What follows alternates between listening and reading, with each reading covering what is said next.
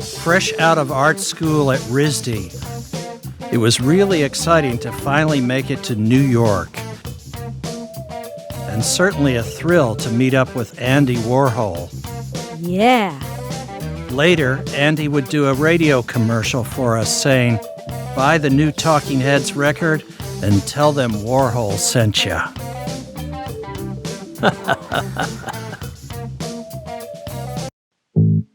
Words can't really describe the odor of CBGB's bathroom, so I chose to leave it out of my memoir. But we love the club, and there's plenty about that in the book. Lou Reed. The first time I saw him, early on at CBGB's, I jumped over a few tables to ask him for his autograph. So we were in awe when he appeared backstage after one of our early 1975 shows and invited us to hang out at his apartment. Once there, he sat down cross-legged on the bare floor with a quart of Haagen-Dazs vanilla ice cream and said, "I'm gonna need a spoon for this."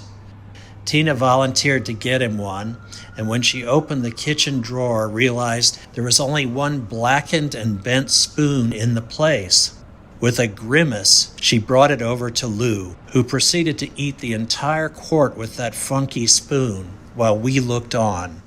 Years later, he joined TomTom Club on stage at CBGB's as we played Femme Fatale, Rock and Roll, and Sweet Jane. Yeah. Check out my memoir, Remain in Love. While on tour with the Ramones in the UK, we happened to be driving right past Stonehenge. As we approached the ancient megaliths, I asked if we could visit it. Johnny Ramone went apoplectic.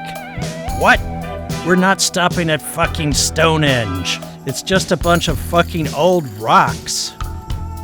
Johnny stayed on the bus fuming, while everyone else got off and took it in.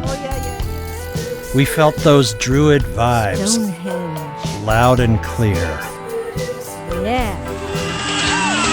December 17th, 1980, Rome. I had the best seat in the house. This is the drummer. During the final encore, Tina mounted the giant PA speaker tower high above us all, without missing a beat. The ecstatic crowd had no idea how hard we had worked to reach this moment in time. Check out my memoir, Remain in Love. Yeah. Here we are at Compass Point Studios in the Bahamas, Compass Point. where TomTom Club was born. Yeah. Tina's sisters, Laura and Lonnie, joined her in singing the vocal blend on Genius of Love. What you gonna do when you get out of jail? Tina likened the sound to Naughty Catholic schoolgirls. Natural fun. And who was I to disagree? Yeah. Check out my memoir, Remain in Love. Stop Making Sense was filmed over 3 live nights in Los Angeles. On the morning of the final performance, TomTom Club was booked to perform Genius of Love on Soul Train. Don Cornelius introduced me as Chris Paris 2 times, but finally got it right. Chris Frantz. And what do you consider fun? Fun, natural fun. Check out my memoir, Remain in Love. Yeah. 1, 2, 3. When I think of all the drummers I have heard over the years, the ones I love the most are not the ones who play the most technically complex or fast parts. I love the drummers that make you want to dance and feel good.